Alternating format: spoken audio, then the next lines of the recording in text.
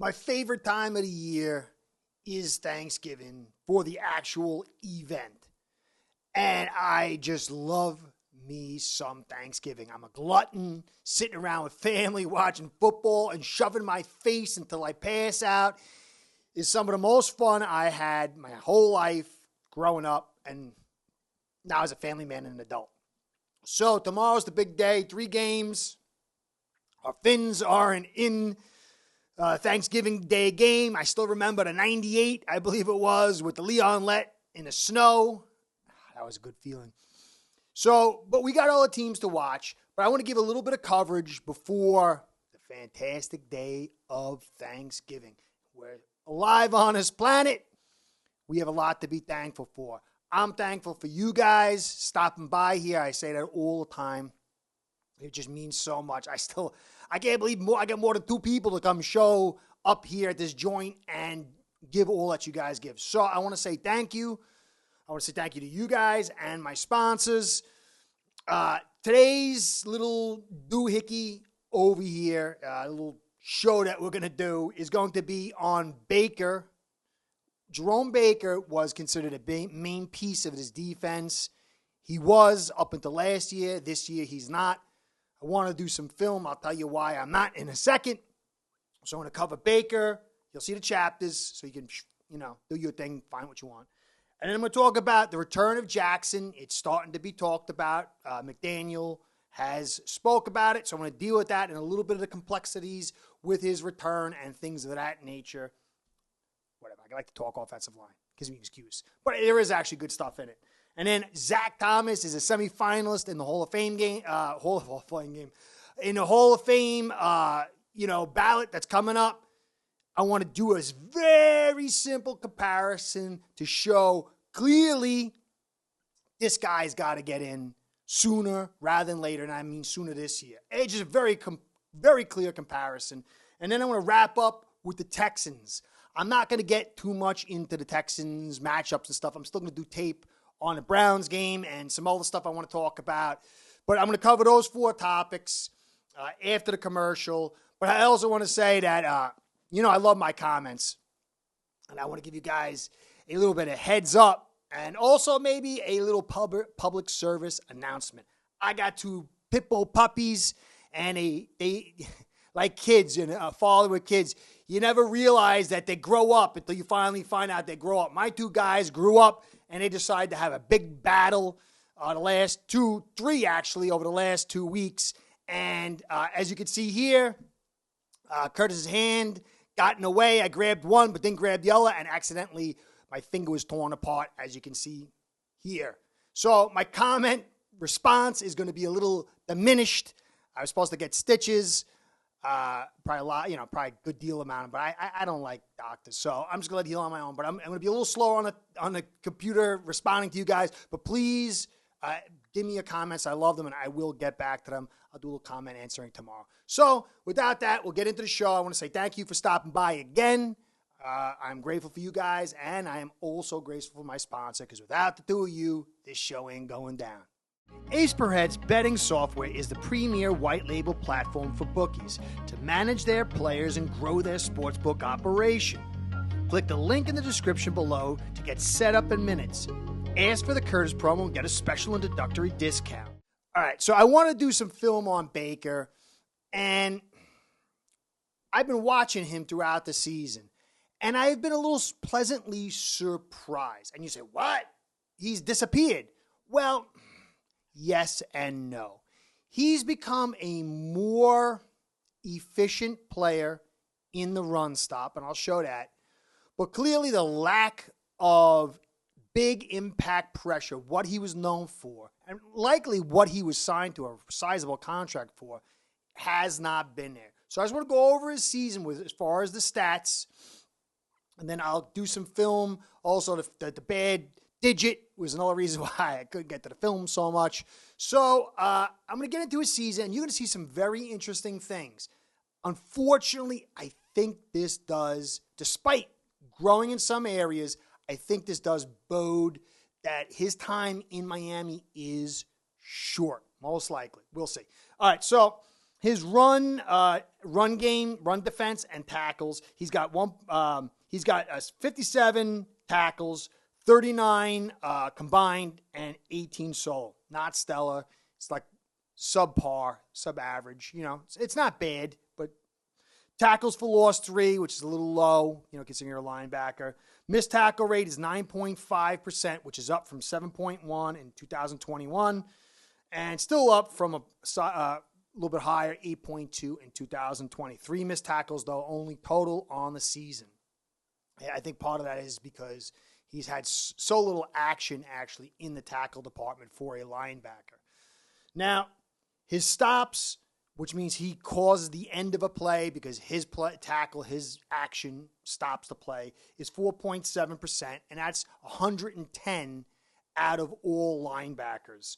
Now, the interesting part where it was a validation of what I've been seeing was his average depth of tackle. It is now down to 3.2 yards, which is 21st best in the league. Now, Baker has been a chaser, dog. Play goes over here, he runs from sideline to sideline, makes a tackle downfield. But he's making more and more tackles close to the line of scrimmage. In fact, of all the linebackers, he's 21st. And this is a big increase from him. I still remember his absorbing the block, was it Bates from the Bills in the week 3, where he took him on and shed him and got to the running back. And it was such a good, I had never seen him do that before. So there has been some growth in his game. But we'll clearly get into the part where we all want to know about. And you'll see why he hasn't flashed. And it's not so much about him sucking, okay? Now, cover 3. His coverage is, he has 3 pass defenses.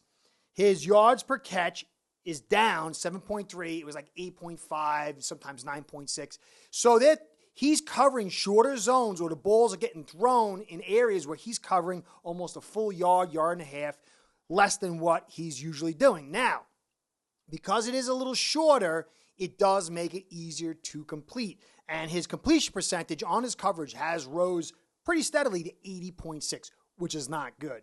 It's only 36 targets, but his duties, I got to go see what his duties were and try to remember what they were previously. But it does look like he either A, because the defense is getting the pressure on and they have to throw shorter, or he's been given somewhat shorter assignments. Or maybe he's just faced offenses that have thrown shorter. I don't know. That's interesting, but it's still a high rate. But it's not terrible coverage. It's solid coverage. Unfortunately, for his size and his speed, you want something better than that. Now, the key is the blitzing. Now, you're going to see right here why things are the way they are. First stat, and the rest is going to be like feeding into it, okay? So, he's got 29 blitzes this season, okay? 6 games less than the rest of the seasons that I'm going to read off to you. So you're figuring 30% difference. So that should be about 52 blitzes if it paired out, you know what I'm saying, for a 16-game season. 91 blitzes last year, which is 3 times the amount of blitzes he's had this year. So you figure it's going to be around 40 or so more blitzes if everything plays out normal. The year before that, in 2020, 99. So you're talking maybe 50 more actual blitzes. 75 in 2019. So his formula for usage has dramatically changed. Is it because we lack the cornerbacks to play to 0?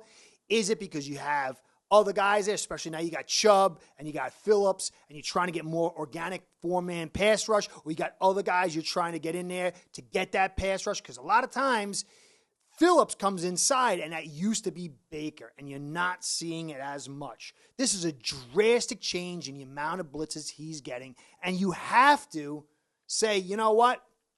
With this limited amount of snaps in your highest skill set, it's not about the player, it's about the way he's being used. And this doesn't mean that Boyer sucks. He just might have to do it for other reasons. I need to dig into the film. But clearly, Boyer has said, I want to get my pressure elsewhere. And Baker's got to play a more conventional style linebacker role. Now, knockdowns, 0 of the quarterback compared to 9 last year, 4 and 3. He's only got 2 QB hits.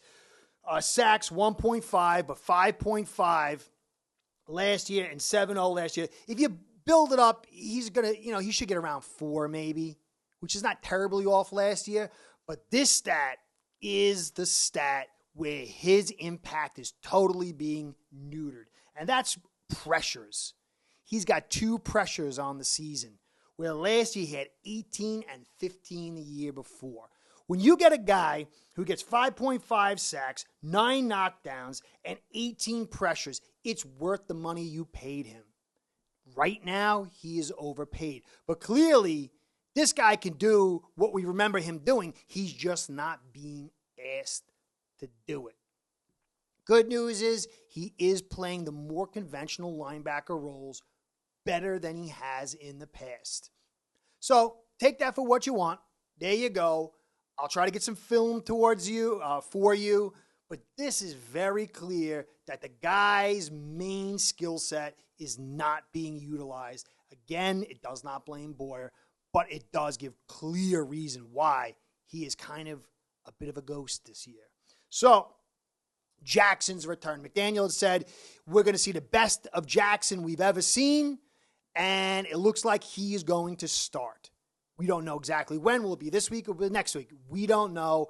But from all indications, what we're getting is he is going to start. We're not sure if that means at left guard or it means at right tackle, and it means Jones will be at left guard and Shell will be left guard, or we don't know what the combination is going to be. But they're telling us the best football of Jackson's coming up, and we're going to see it soon. So that means he's going to start soon.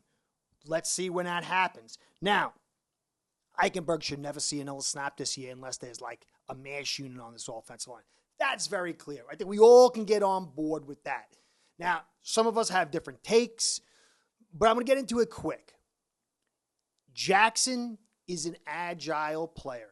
He struggles in the run game. So when you do your zone stretch, your inside zone, he's a liability. But his speed, he can mirror better than Shell. He can deal with the outside pass rush of speed better than Shell. But Shell doesn't get bull rushed. Shell is bigger, and he's better at the zone stretch run and the inside zone run. So that's, if we move these guys out, that's really what we're going to be dealing with. And you might say put Jackson at left guard, but he really, up until now, unless somehow there's a major epiphany, he has struggled in recognition, especially inside, and dealing with bull rush power, which is a big thing you deal with at the guard position, and he's not good at the run blocking. We saw Jones play excellent in inside zone. His zone stretch, he does not have the speed to consistently get to the edge. Now, if we run 30% or 35 or even 40% zone stretch and 60% is the inside zone, he is good. He's looking real good. I still want to see some of the matchups, how he deals with swaps and switches and stunts. There's a lot more stuff to see because we haven't seen a real excellent pass rushing defensive line or really good defense that can create situations to really test where Jones is at. But he is clearly better than Eichenberg, however you stretch it. I still like the inside zone with Jones and Shell at the edge. But if Jackson comes back, Shell and Jones will be the contenders for the left guard spot. This will be a major storyline, extremely exciting. You can really go it either way. I like Shell better as a zone stretch runner. I think his ability to play tackle means he could play guard and he could do the zone stretch and the inside zone and pass block. But he's an unknown at the left guard spot. So we've got to just hang our heads on that.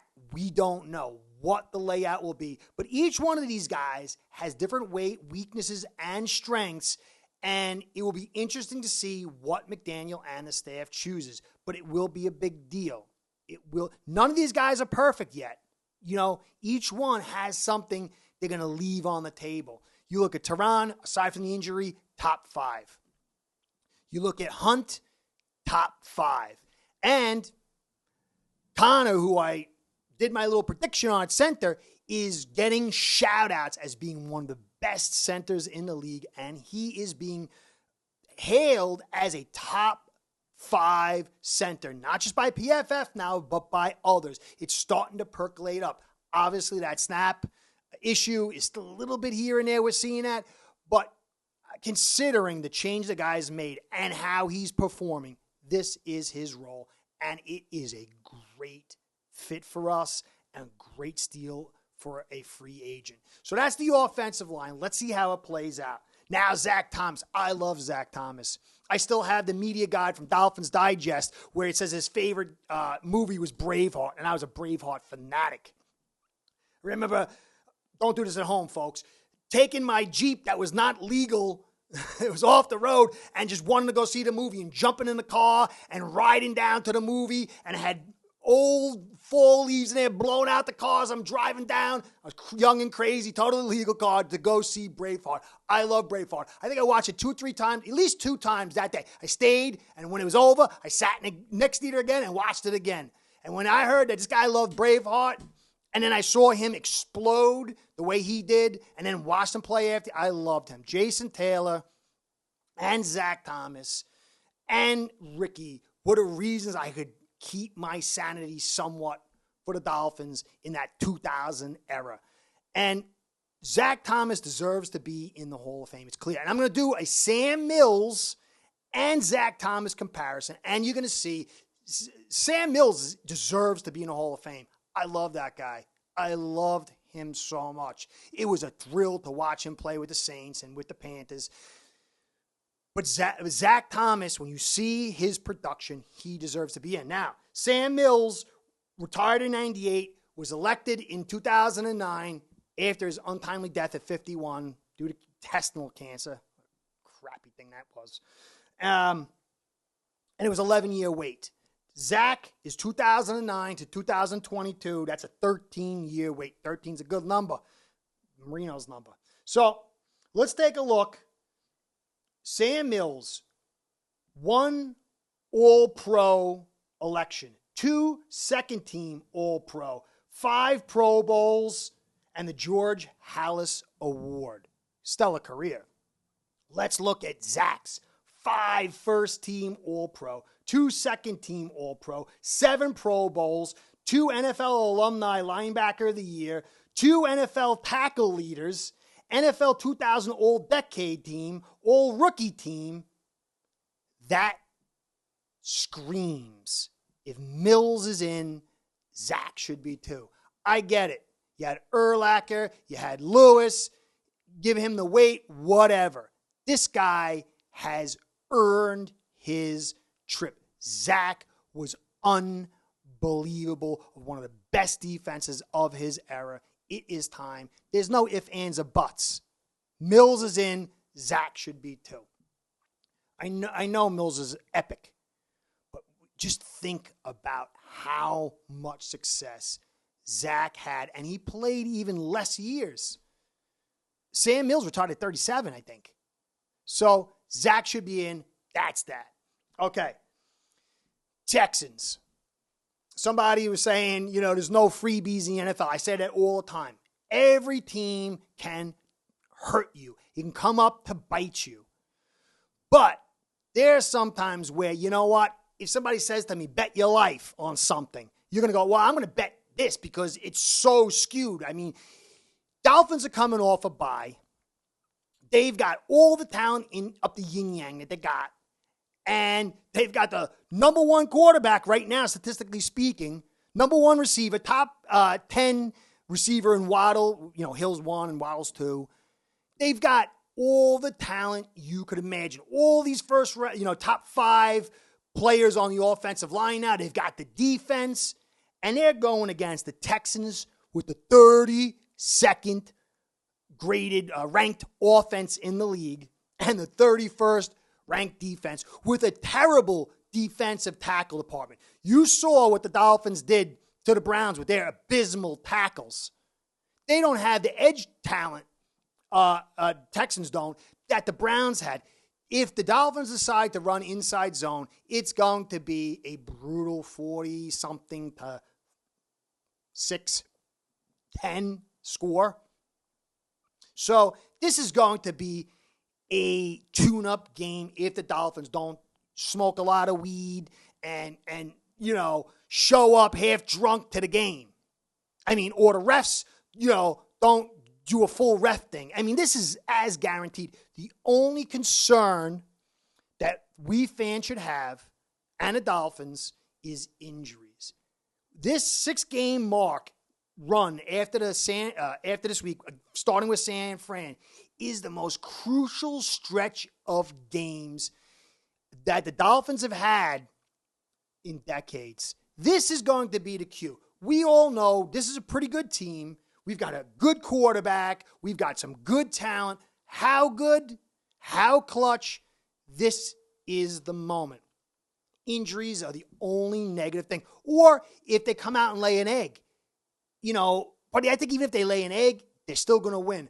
But you don't want to lay an egg. You want to destroy this team and get ready for that road trip to San Fran and have all the positive vibes and as few injuries as possible. And it'll be interesting to see if Jackson comes in. But other than that, guys, you can kick your feet back and relax. And if not, that's totally insane. I mean, it's totally insane. But I think it's going to be that way. So this is the whole shebang. A little pooism here. Enjoy Turkey Day, Thanksgiving. There's so much to be thankful for. You can cut off here. I just want to do a little thing to talk about thanks. I used to be very vain. I used to have hair, though. When I was young, I had hair. I was very vain and selfish and spoiled. And I was in college playing football. And I was walking around being woe-is me because I was having troubles on the squad, having troubles with a girl I was dating. And I'm walking down this sidewalk. And there's all these young kids laughing and giggling, carrying their books, walking back and forth. I mean, it's the prime of life. And I'm feeling bad about myself, not being thankful. And I remember there was this girl I always saw. It was this little girl whose dark skin had been burnt off. She didn't have fingers. She didn't have ears. She didn't even have eyelids. And she was in this wheelchair like this. And then she always wore this like little, what they call scarves or something. And she barely had any lips.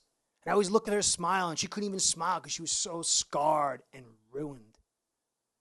And she was zipping through on her wheelchair. And as she was trying to get around, all these giggling and happy people laughing and walking by, she tried to go around them, and she went off the curb. But one wheel was off and one was on, and there was like a bump in the middle.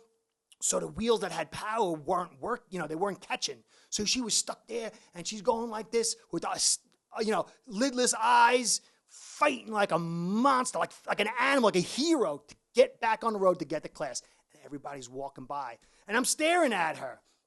And it was like one of those moments where you're staring at the universe is telling you to look at something. And I was frozen in place. I was go help her. But I couldn't.